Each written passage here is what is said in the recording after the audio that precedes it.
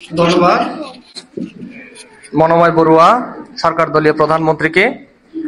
এই পর্যায়ে আমরা সরাসরি চলে যাচ্ছি আজকের বিরোধী দলীয় নেত্রীর কাছে। আজকের প্রস্তাবের বিপক্ষে আপনার যুক্তি এবং বক্তব্য তুলে ধরার জন্য অনুরোধ জানাচ্ছি। আপনার সময় 5 মিনিট। ধন্যবাদ।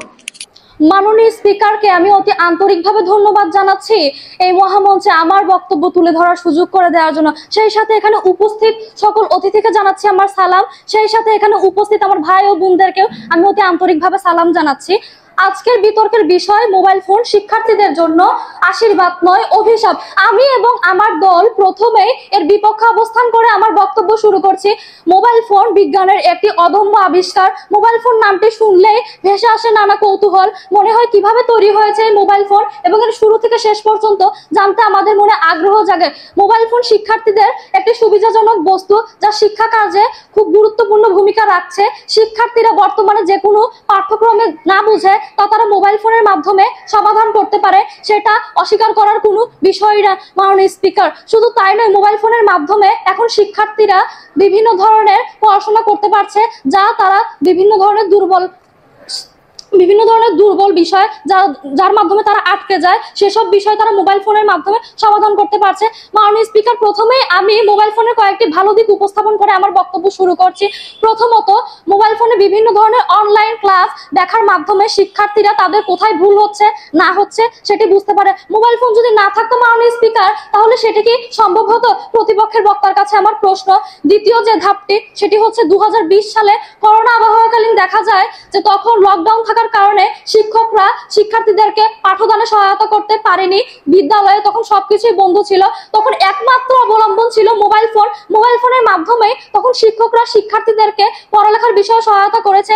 এছাড়া শিক্ষার্থীরা তাদের বন্ধুদের সাথে সংযোগ থাকার কারণে তাদের কাছ থেকে পড়ালেখার বিষয়ে সহযোগিতা নিয়েছে। মোবাইল ফোন না থাকলে কি তা আজকে সমাধান হতো মাননীয় স্পিকার?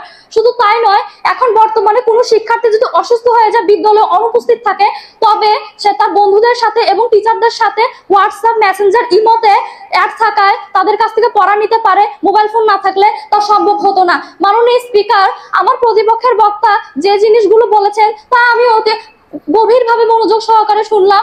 তিনি বলেছেন যে মোবাইল ফোন শিক্ষার্থীদের মানসিক এবং শারীরিক সমস্যা সৃষ্টি করছে, চোখের দৃষ্টিশক্তি কমে যাচ্ছে, মেধা শক্তি হ্রাস পাচ্ছে। মাননীয় স্পিকার, আমি বলতে চাই এর পিছনে দায়ী একমাত্র শিক্ষার্থীরাই। কেননা তাদের মানসিকতার সমস্যাটা, তাদের মানসিকতা যদি ঠিক থাকতো তাহলে তাদেরকে কোনো নেশায় আকৃষ্ট করতে পারতো না মাননীয় স্পিকার। মাননীয় স্পিকার, মানুষ আশরাফুল মাখলুকাত, মানুষ ভুল করতেই পারে, কিন্তু যদি সে তার ভুলটা নিজে নিজে শুধরে নেয় তাহলে পৃথিবীতে এমন কিছু নেই যে তাকে আকৃষ্ট করতে পারে। মাননীয় স্পিকার, এটি তার দোষ, এটি শিক্ষার্থীর দোষ। কেন তারা প্রতিনিয়ত মোবাইলকে খারাপ কাজে ব্যবহার করছে? তাদেরকে তো বলা হয়নি যে তোমরা মোবাইলকে খারাপ কাজে ব্যবহার করো। তারা নিজেরাই এর পিছনে দায়ী বলে আমি এবং আমার দল মনে করি মাননীয় স্পিকার।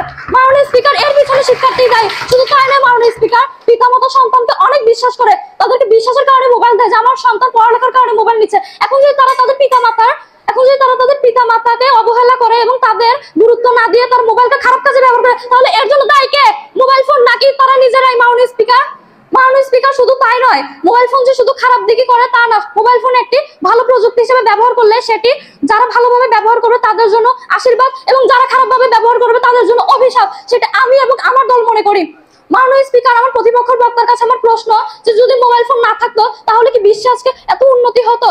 মাননীয় স্পিকার, তারা বলছে যে মোবাইল ফোন খারাপ দিক বয়ে আনছে, ঘুমের ব্যাঘাত করছে, এর জন্য দায়ী একমাত্র শিক্ষার্থীদের মানসিকতায়, তা আমি এবং আমার দল বিশ্বাস করি।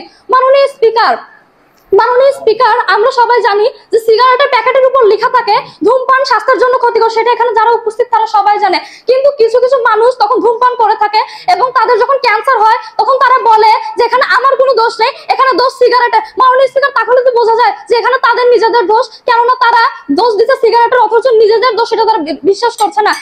ঠিক একইভাবে মাননীয় স্পিকার, আমি আরেকটি যুক্তি উপস্থাপন করছি, সেটি হলো মাননীয় স্পিকার, কুকুর একটি হিংস্র প্রাণী, আমরা সবাই তা জানি। কিন্তু কুকুরকে যদি ঢিল ছড়া হয় তখন কুকুর আমাদের প্রতি আক্রমণাত্মক আচরণ করবে।